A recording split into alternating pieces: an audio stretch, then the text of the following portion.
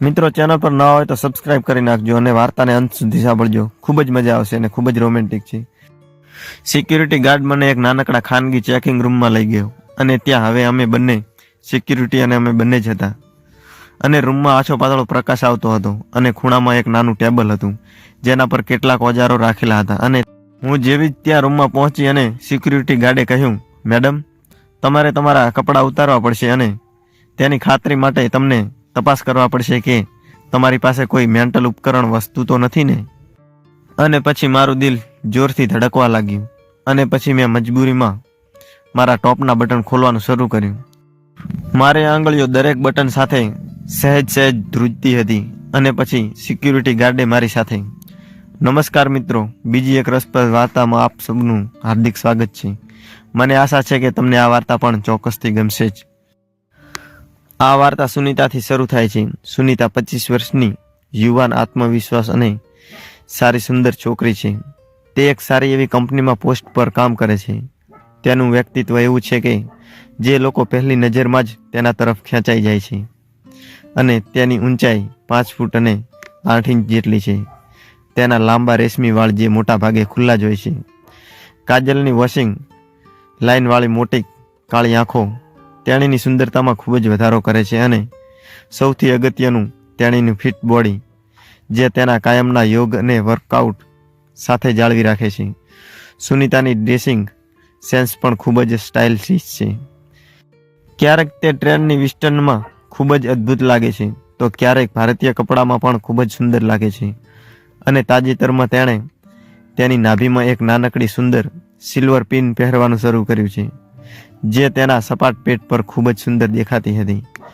જ્યારે પણ તેણીએ ક્રોપ ટોપ અથવા ઊંચી કમરવાળી જીન્સ પહેરી હતી ત્યારે તેની નાભીમાંની નાની ચમકતી પિન બધાનું ધ્યાન ત્યાં જ ખેંચી જતી હતી.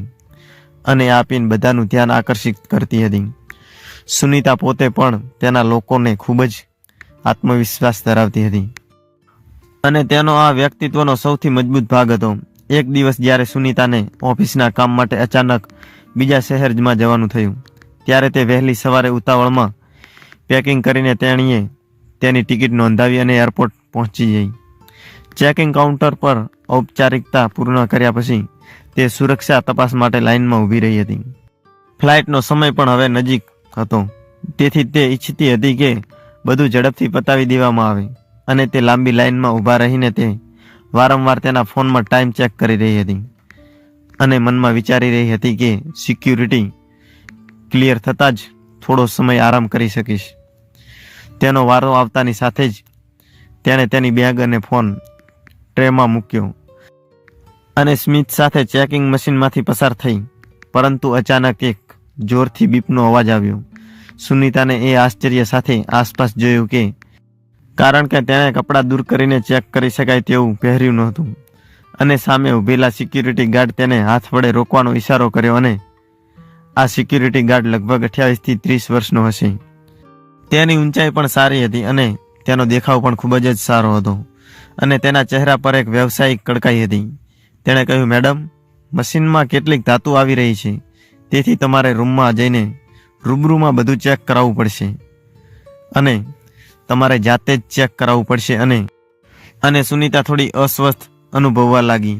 તેણે કપાળે હળવું દબાવ્યું અને કહ્યું, પણ મેં આવું કંઈ પહેર્યું નથી તો તમારે તપાસ કરવાની શી જરૂર છે? અને સિક્યુરિટી ગાર્ડે શાંતિથી કહ્યું, મેડમ, પ્રોટોકોલ છે. મશીન વારંવાર બીપ અવાજ કરે છે. તેનો અર્થ એ છે કે તમારા શરીરમાં અથવા કપડા પર ચોક્કસપણે કોઈ ધાતુ છે. એટલા માટે મારે બરાબર તપાસ કરવું પડશે અને ત્યાં સુધી તમે આગળ વધવાની મંજૂરી પણ આપવામાં આવશે નહીં. ફ્લાઇટનો સમય પૂરો થઈ રહ્યો હતો અને સુનીતા પાસે દલીલો કરવાનો સમય પણ નહોતો. તેણે ઊંડો શ્વાસ લીધો અને કહ્યું, ઠીક છે, તો ચાલો તમે મને રૂબરૂમાં જ ચેક કરી લો. તો ચાલો જઈએ. તેને એક નાનકડા ખાનગી રૂમમાં લઈ ગયો જ્યાં તે બંને જ હતા. રૂમમાં આછો પાતળો પ્રકાશ હતો. એક ખૂણામાં નાનું ટેબલ હતું જેના પર કેટલાક સ્વરૂપો અને હેન્ડ સ્કેન રાખવામાં આવ્યું હતું. સુનીતા જેવી જ અંદર પહોંચી કે તરત જ તેણે કહ્યું, મને તમે ક્યાં લાવ્યા છો?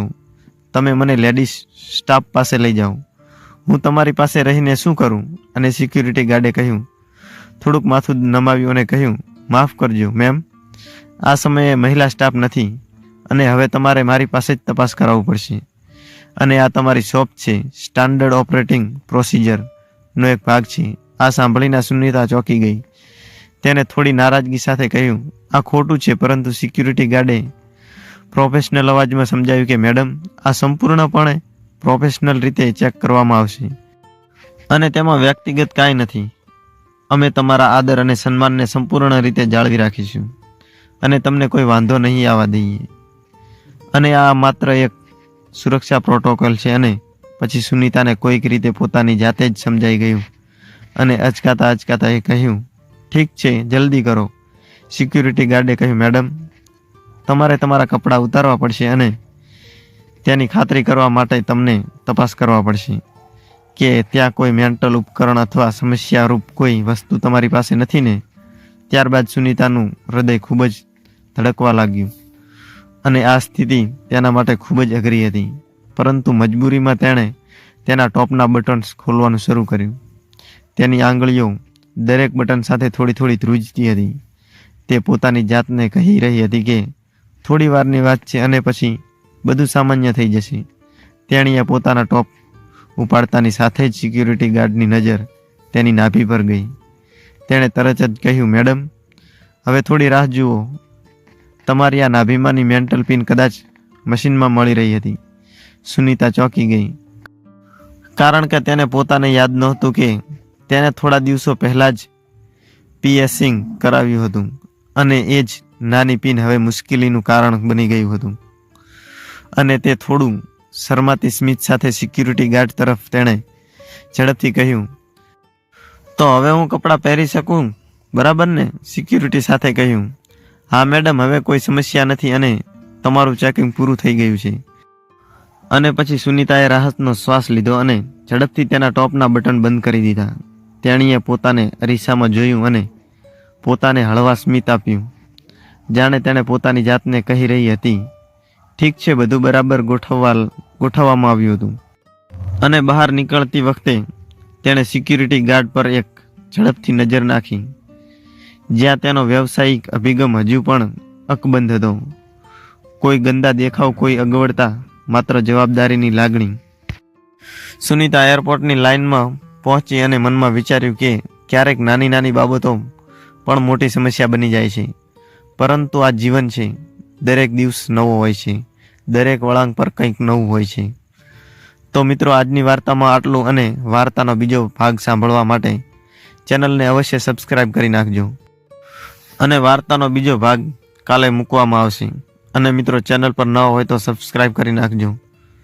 આશા રાખું છું કે તમને આ મારી વાર્તા પસંદ આવી હશે. અને આપણી આ ચેનલ ગુજરાતી લાઈફ સ્ટોરી ને સબસ્ક્રાઈબ કરી નાખજો. તો ચાલો મિત્રો, આજની વાર્તામાં આટલું અને ફરી મળીએ કાલે એક નવી વાર્તા સાથે. ધન્યવાદ.